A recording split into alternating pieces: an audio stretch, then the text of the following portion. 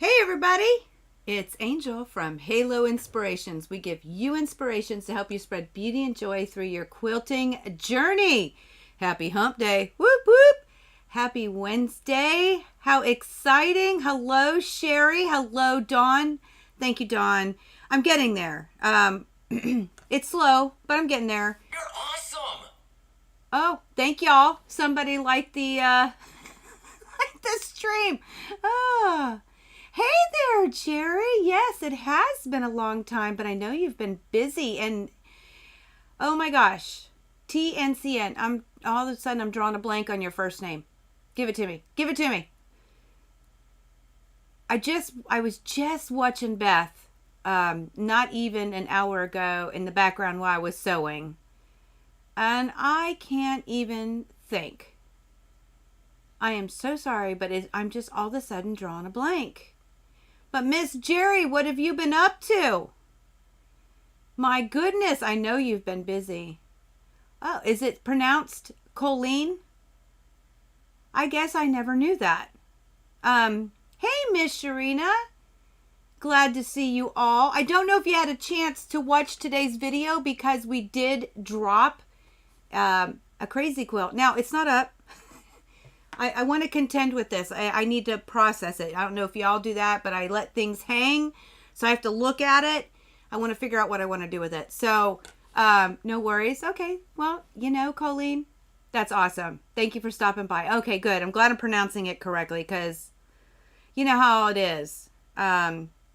We read names and we may not say them correctly.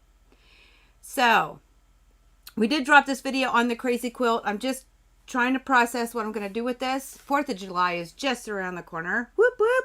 But it was about crazy quilting.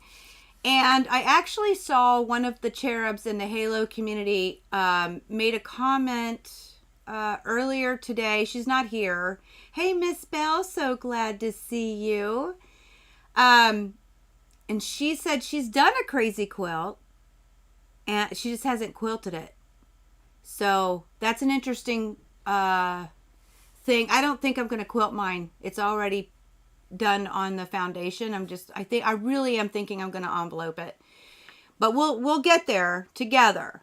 The next thing after building more blocks, and I've got them on the table here because I'm going to let you see some of them up close because I used a lot of different fabrics. I don't have them all here, but I have several. So, You're awesome. Yeah, thank you. That is so much fun. Last week it didn't make any sound. So I was just like, what in the world's going on? I think I figured it out. I hope it's not like blaring at you or, so loud that you just want to, just let me know if it is because I can always turn the sound down for it. And just wait, guys, because I'm getting a Steam Deck. Not a Steam Deck. A Stream. Is that what it's called, Michael? A Stream Deck? We're going to have some fun with the Stream Deck. All of us are going to have. Okay. Okay, thank you. We are all going to have some fun with the Stream Deck. Okay, so I do have them sitting here. Oh, I was telling you. So I don't think I'm going to quilt mine, but we're going to get there. The next thing after all the blocks or most of the blocks are done, I am going to come back at you. The next part of this series, this is what I'm going to do. I'm going to embellish. And I'm going to do it when they're still in this state, not all together, because I think it would be a lot easier with them being small, opposed to having this gigantic quilt and trying to stuff it underneath your throat of your sewing machine, right? I mean, we all been there. Those of us who have quilted on our domestics, mine is 6 3/4 of an inch wide. I've been there with you. I still do quilting on my domestic. I just tend to pick smaller projects because it's a rigmarole, right? It's a rigmarole. Yes, thank you. Just wait till I get the Stream Deck. We're all gonna have fun. Okay, so I did want to add a couple of things. I'm gonna go ahead and switch this camera and go from there. So I think first I'll just show you some of these. I'm not going to show, I got a whole bunch, plus the 2 that were on the video. I don't think you need to see all of them. But I just want to show you just how much we have utilized a lot of different fabrics. So let me pull some of them out really quick here. I don't know what that is. Here we got this one. I got some fabric. You know, somebody did comment, and this is brilliant. She did say that when she doesn't know what kind of fabric it is, she does the burn test. And that is, you know, if you burn polyester, it kind of melts, right? But if you burn cotton, it burns. So if she's trying to figure it out, that's what she does. And I thought, oh, that's a pretty good idea. Although I've got stuff in here, I don't even know. I just don't even know. And then what happened to, oh, this one. Woo, yeah, that one's got to come in. Okay, so let me switch over here. Okay. So this is the first, this is not the one I did with you in the video, but I did share it with you. What I want you to know, this center is minky. And this red right here is flannel. I'm telling you guys. Oh, and I don't know what this is. I don't know. It's really super thin. I don't know what it is. It's kind of like a handkerchief kind of fabric. So there's some really fun stuff. Look how small. Look how small that little piece is. It's just this piece right here, right there. Look how small that is. Super crazy. These are small. You don't have to do this. I did get to thinking about it though. There's a couple of thoughts, but one of the thoughts I had, you could turn this into, well, see, people do like coasters. The only problem with making one of these a coasters is it's not, like it's got bumpity bumps, right? Because there's a whole bunch of different fabrics. So your glass, it has to be bigger so it doesn't, you know, sit cockeyed. But it was a thought. You don't have to do this. I just wanted to add a little something. And at one point, I'll probably just share a picture until we go to embellishing. But I'll show you. They will look different than when you do the big squares. Okay, with the seams running through it. So, okay, look, guys. I don't know what this is. I don't know what this is. Minky, okay. But those are like, it was interesting to sew through, just so you know, because these are like sequins, and you know, your needle hit it and it would clunk. I'm probably needing to change the needle after that every time I use it. I've only used it once because it was very interesting. And then of course, what do we call this, guys? The lame. Did we call it lame? That's in gold. This here it's a silk. I thought it was very Christmassy because of the red and white. Kind of reminded me of a candy cane. So, and then of course y'all know I'm using flannel. The other thing, I don't know what this fabric is. It's also really thin. And it's very sparkly. I don't know. It's in there. And the last one, I don't see it. I actually have used upholstery fabric. Here it is. I found it. Okay. That right here is upholstery fabric. And it was very interesting because it was in amongst all this stuff. Now, I just picked it because it was green and red. But it came, I'll have to share it with y'all at some point. It came in like this, I don't even know, almost like a fat quarter. It's a little skinnier than a fat quarter. And the edges were serged. And my husband, he knows more about fabric than I do. Like I said, I'm just a quilt and cotton girl. I'm a quilter. I'm not a sewer. He explained to me that it was a sample. So like when you went to a furniture store and they have like different examples of upholstery and you can pick what upholstery colors or fabric types that you want. That was a sample to show people what they could choose. One of the options. I was like, oh my gosh. So it's in there. It's in there. Now, I did tell you that if you were to do, I would do, if you're finding any shrinkage with the fabric that you chose to use for your foundation. Mine is shrinking 1/8 of an inch. That's not a lot, and I can hide a 1/16 on each side or 1/8 on one because it ain't gonna make no difference. But I did say if you use a 5-inch square, you want to make sure that you're not going to be cutting down where it's going to cause a problem. And this is a prime example. I have a feeling that this is going to be too skinny, and I'm going to hit some awkward point for my 1/4 inch seam with this. And you got to be careful when you cut down. I don't know. It may not be a problem. I might be okay, but it could become a problem. So you always want to be cognitive of where your seam lines are. And if it was any shorter, I just don't know. It might not even be worth it, right?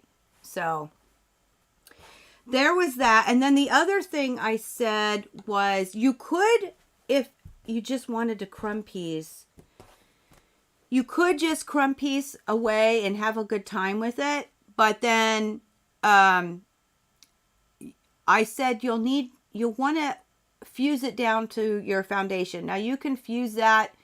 I wouldn't do it with like Heat and Bond Light or something like that because it's going to add more depth than you want.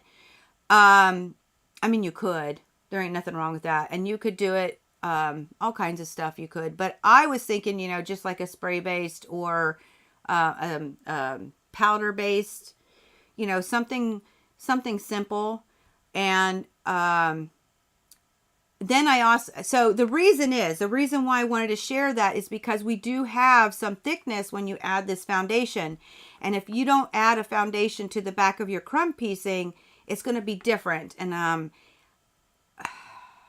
it'll be hard to contend with. But I also said you could do a few stitches to help tack it down. No, you don't have to do that if you're going to embellish, right? If we're going to add buttons and lace and all these different things, and some embroidery stitches or whatnot, you can have it fused to the foundation, and then when you're doing all your embellishing, it'll tack it, and you'll be fine. Everything will be great. It'll be perfect. So those are the two things that I had to add. Let me go back to, there we go. Back to the webcam, or whatever this is called.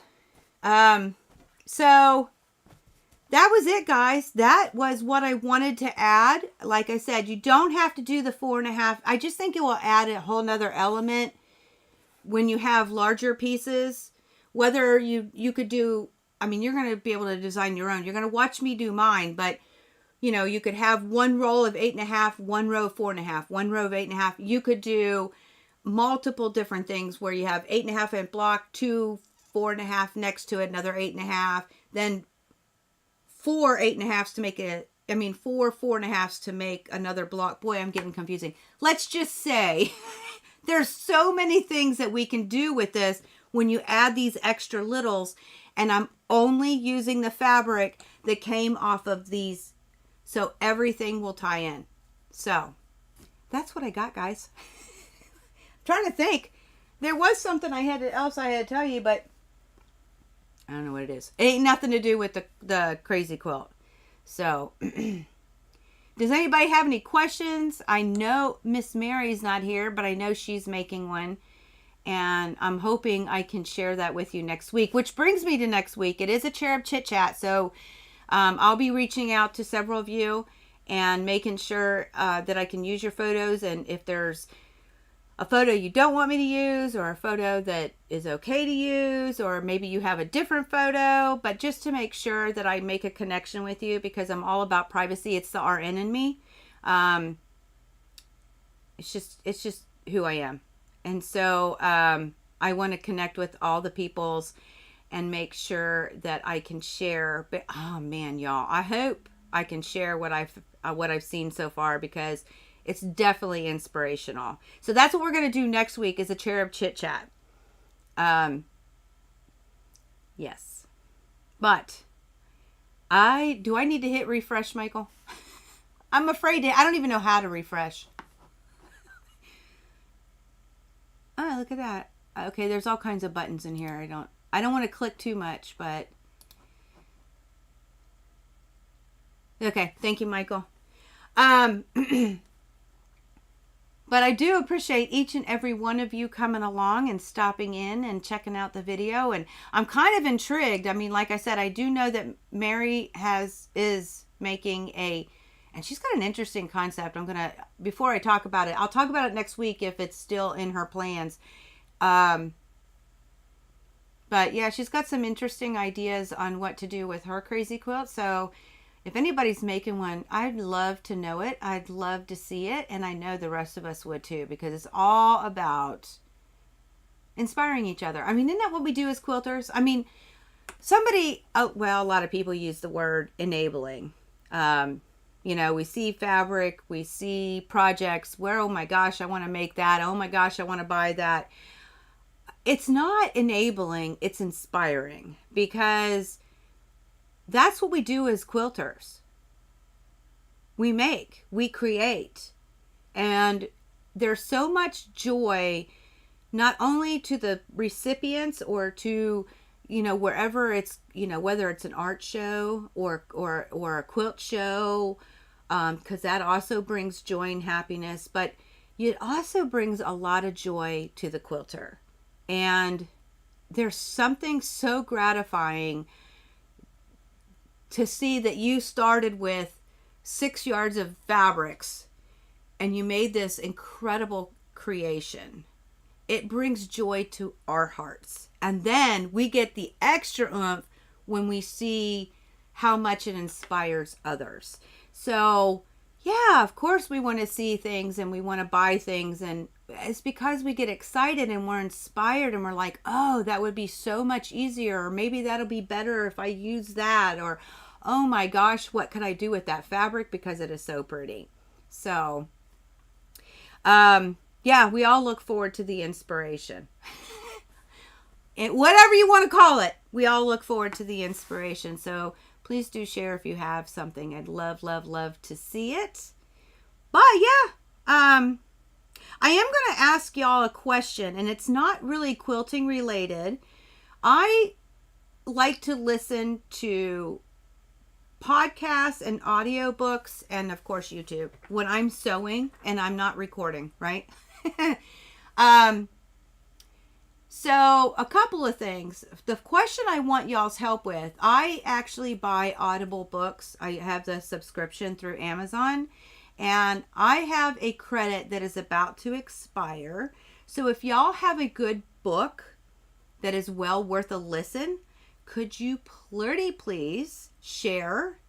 Because I don't know, I guess it's going to expire tomorrow or Friday, because it's the 29th, right? So give me a heads up if there's a really good book that you have found. And the other thing I wanted to tell y'all, for those of you who listen to podcasts, it's a very new podcast, but oh my gosh, it is so awesome. And they've only had 11 episodes so far, but they're already making turns in the world. It's called, oh my gosh, now I'm going to draw a blank. Hold on, let me look. I think it's called the quilting. Oh, the Appropriate Quilter. Hold on, I'll tell you. Let's see. I want to make sure. Inappropriate Quilters. My goodness, I don't know why I forgot that. Oh my gosh, y'all are gonna love it if you're looking for a good podcast. Like I said, they've only been 11 episodes in, but they are moving and grooving and shaking it up and having fun, and it's a good one. It's a really, really good one to listen to.